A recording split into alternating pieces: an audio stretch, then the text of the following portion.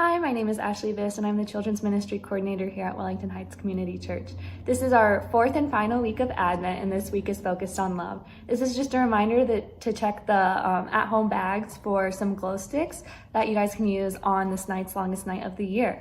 So today we are going to read from Big Ideas in the Bible by Charles Swindoll. This story is called The Aussies Are Coming, a story about love. In Leviticus 19:18, it says, "Love your neighbor as you love yourself." Several neighborhood cubs were spending the day with Heather while she visited Papa Chuck and Nana Cindy. "Hey, Heather, come here. You've got to see this." BJ stared through the living room window with amazement. "What is it?" Heather glanced toward the window. Before BJ could answer, a buzzer went off. Nana Cindy hurried to the kitchen to check the cookies she was baking. "Looks like we've really got ourselves a different breed of neighbors this time," Itchy growled. 12-year-old Claudette looked out the window. "Heather, quick, come look at their wacky moving van." "What are they?" Heather frowned. "They're koala bears, and that one's a kangaroo," said Claudette. "I'd say that they're from down under." "Where's down under?" BJ was confused. "Australia," announced Claudette. "It's a big country on the other side of the globe. It's where the platypus and lizards and dingo dogs and crocodiles and all kinds of strange creatures come from," said Claudette smugly. The four cubs huddled closely around the window, wide-eyed and curious. They had never seen anyone from down under before. Meanwhile, the Aussies continued to pound out a muddy path from their moving van to the front door of their new home in the United States. "I wish I could be more helpful, Olivia," Pete Aussie said. Pete's fuzzy little arm was in a sling. "You know, since my treehouse accident, I haven't been able to lift much." Just then, a big brown kangaroo came bouncing through the yard with several boxes. "Well, mate," LaRue said, almost out of breath, "the front door'll have to come off for sure."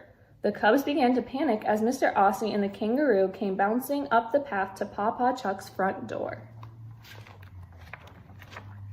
"They're coming up the walk," Heather gasped. "No way," blurted BJ. "They're too different from us," cried Itchy. "I don't want to meet them." Ding dong! The doorbell rang suddenly. "Will someone please get the door?" called Papa from the basement. "Not me." Itchy scrambled behind the couch with BJ and Claudette close behind.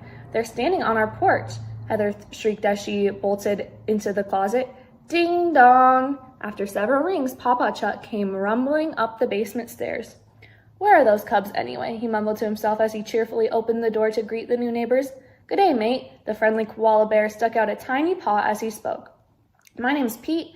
This here's LaRue, and we're moving up from down under." "Well, hello, Pete." "Hello, LaRue. It's a pleasure to meet you both." Papa Chuck smiled and held out a friendly paw. "I'm Papa Chuck. Won't you come in?" "Well, mate," Pete replied, "we'd really like to, but I'm afraid we're in a bit of a fix. You see," LaRue began to explain, "Pete here fell out of the treehouse back home and broke his arm." "Yes, and LaRue has come to help my wife and I move in," Pete continued. "He'll be getting back to Australia once we're all settled in." "But we're having a time trying to haul the refrigerator through the front door of the Aussies' new place," LaRue interrupted. "So if you've got a screwdriver, we might just be back in business." "Why, certainly," Papa Chuck smiled. "You're more than welcome to borrow a screwdriver or any other tools you may need for that matter. Give me just a minute and I'll fetch my toolbox." Before Pete and LaRue could spell kangaroo, Papa Chuck returned with his toolbox and a neighborly grin. "You just let me know if there's anything else you need," Papa Chuck offered. Pete and LaRue waved goodbye. "Thank you, mate," Pete said with appreciation while LaRue nodded. "You're very kind, sir. Just call me Papa Chuck. Nana Cindy and I will look forward to having you over once you are all settled in." Papa Chuck smiled and waved as they turned to go. "The pleasure will be ours, Papa Chuck." The door closed with a loud thud. "All right, cubs," Papa Chuck's voice was firm. "I want each of you little fuzzies to come out of your hiding places right now." One by one, the cubs slowly crawled their way out to the open space in the living room. "We need to have a talk," said Papa Chuck. "I want to tell you a story that I learned when I was just a cub myself. It's about a big problem called prejudice and a little something called love. There was once a poor man from Judea who traveled from Jerusalem to Jericho. Along the way, he was attacked by a gang of dangerous robbers. They tore off his clothes, beat him up, and stole his money. The poor man groaned as he lay bruised and bleeding by the side of the road. The robbers ran off and left him to die.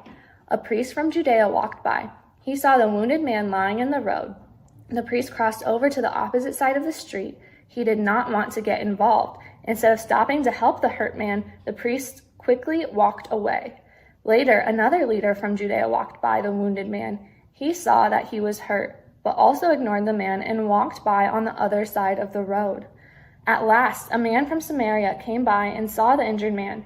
Even though he wasn't from that area, the Samaritan felt sorry for the man and took care of him. He washed the man's wounds, gave him a cool drink, then carefully placed the wounded man on his donkey.